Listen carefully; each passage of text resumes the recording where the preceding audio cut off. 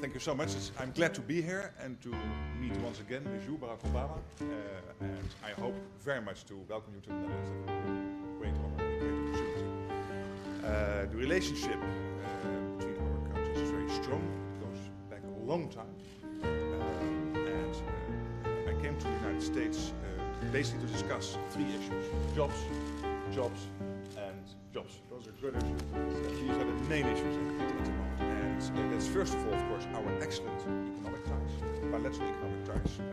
625,000 Americans are at work today because of our direct investment in the US and also our trade relationship. And the total investment of the US in the Netherlands is more than the US investment in Brazil, Russia, India and China combined. And I believe we can work very hard to have this job engine grow even more powerful. Secondly, we'll discuss no doubt the Eurozone. It's the intention of my government to keep the Eurozone intact, fight the debt crisis, and at the same time get growth and job growth going again in the European Union, which is vital for our own future. And thirdly, we'll discuss, no doubt, the upcoming NATO summit in your hometown, Chicago, next year, and our transatlantic alliance, international stability, and of course the situation in the Arab region, where we pull on the same side, and we are working on progress and democracy in the Arab region and in the Middle East. So, thank you very much. Welcome to the Netherlands, welcome to Amsterdam, and Barack, welcome to this very special location. We are standing here on historic ground, surrounded by the finest paintings that Holland has produced, and only a stone's throw away from the house of John Adams, the first American ambassador to the Netherlands and second president of the United States. It's a location that symbolizes the enduring partnership between the US and the Netherlands. Our shared history and heritage go back a long way. As a historian, it was a very special moment for me when, earlier this morning, I was able to show President Obama two original documents from our national archives that played an important role in the age-old friendship between our two countries. The first was our own Declaration of Independence, the Plakkaat van Verlatingen of 1581, which inspired Thomas Jefferson and his peers. The second was the American-Dutch Treaty of Amity and Commerce of 1782, another remarkable document from an age when peace between countries was usually a hard-fought affair.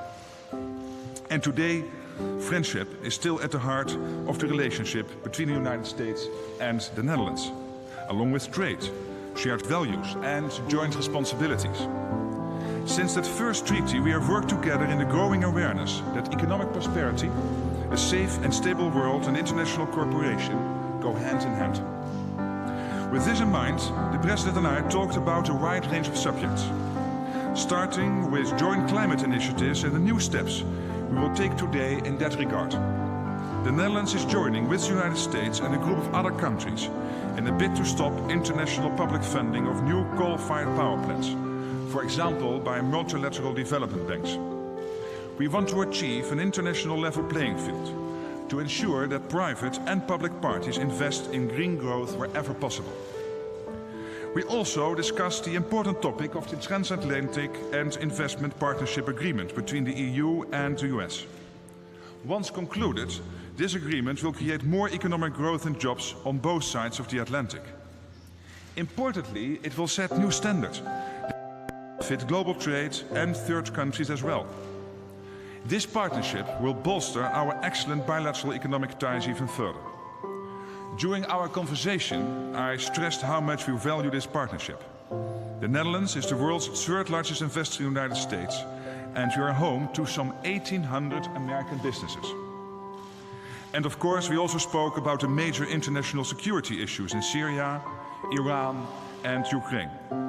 Concerning the last, we both regard Russia's attempts to annex the Crimea as a flagrant breach of international law, and we condemn its actions in the strongest possible terms. The presence of so many world leaders in the Netherlands this week presents an important opportunity for the international community to discuss this subject as well as other pressing issues that affect our common interests. Finally, we looked ahead at the Nuclear Security Summit today and tomorrow. President Obama deserves all the credit for getting this topic high on the agenda. In 2010, Washington hosted the first summit on this theme. In 2012, it was Seoul's turn.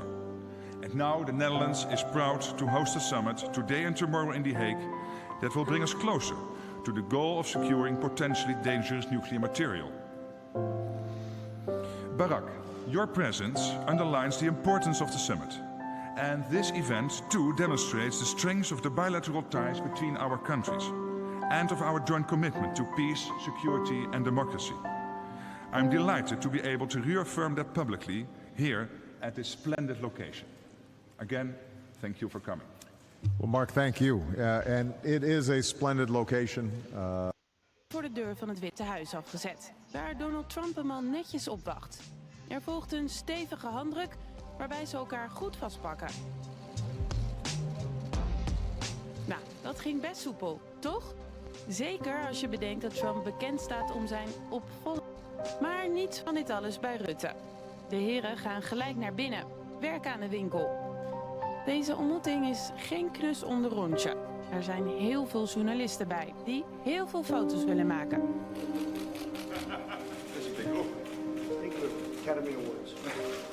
Het gesprek begint vriendelijk, vol complimentjes van beide kanten. Bijvoorbeeld over handel. Trump heeft de prijzen verhoogd voor producten uit Europa, omdat hij wil dat Amerikanen meer dingen kopen die in Amerika worden gemaakt. Het gaat dan vooral om staal en aluminium. Europa is daar niet blij mee en heeft weer vervolgens producten uit Amerika duurder gemaakt. It's good to be here, and can I add to this that the relationship between the Netherlands and the United States is over 400 years old. We are allies, we have always been friends, always been friendly, working closely together. And our talks today will no doubt concentrate on jobs and on security, because the President and I, we are both convinced that as leaders, our prime task is essentially to make sure that our countries are safe and stable, and that we have an economy which is providing the jobs and the future growth for our people. And there are so many opportunities between the United States and the Netherlands to do more, both in the area of security as well as in the area of having more jobs and having more trade and more investments. Already almost 1 million people, 825,000 in a job in the US because of Dutch investments, and 250,000 people in a job because of US investments in the Netherlands. And our aim will be to increase those numbers, to be more successful. So I'm really looking forward to our discussions. That's a great honor. Again. And I will say that I just... Is it always like that? Let's go! Take the way out, everyone! Let's go! America, Mr. Prime Minister. Thank you.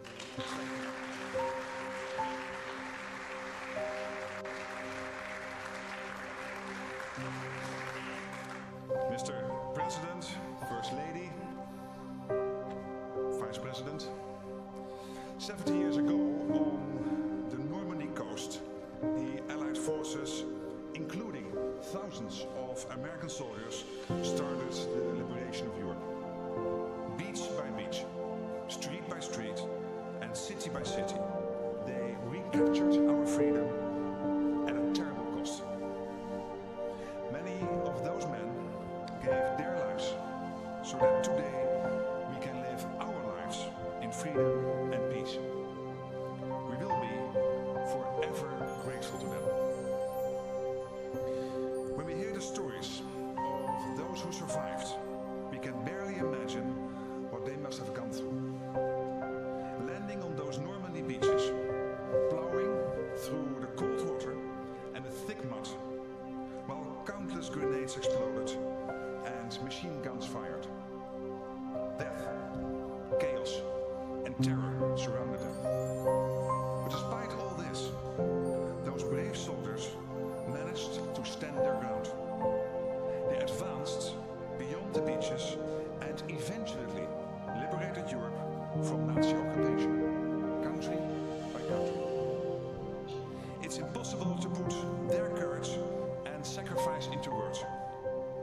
But this flag we present to you, Mr. President, is a symbol of what can't be expressed in words. The first American flag, to reach the coast of Normandy, where it was hit by enemy fire like all those Allied soldiers. This flag survived, and it prevailed. And thanks to Mr. Bert Kreuk, who became the flag's owner, we stand here today to hand it back to you. A symbol of the unique bond between the United States and Europe, a bond that stretches across the Atlantic. It's also a symbol of the close bond between the US and the Netherlands. Our countries stand shoulder to shoulder when times are tough. Centuries ago, the Netherlands was one of the first countries to support the young American Republic striving for independence. And in our darkest hour, 75 years ago, thousands of brave American soldiers crossed the Atlantic to fight for our freedom. They brought this flag with them. 75 years ago, it arrived on the coast of Normandy.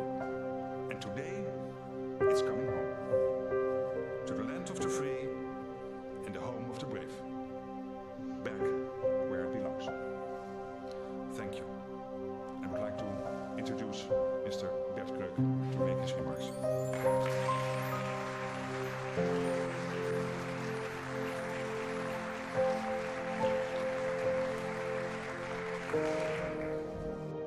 For hosting me. It's the first time in my 5 visits that the fireplace is on. Typically I would start with the economy, and then I would have told the press that we are the second biggest investor in the US. The United States is the biggest investor in Europe, but I think we should talk Ukraine. And we have seen this terrible footage coming out of Dnipro this weekend, where innocent children, men, women, again were in a rocket fire. This apartment building was hit and many people died.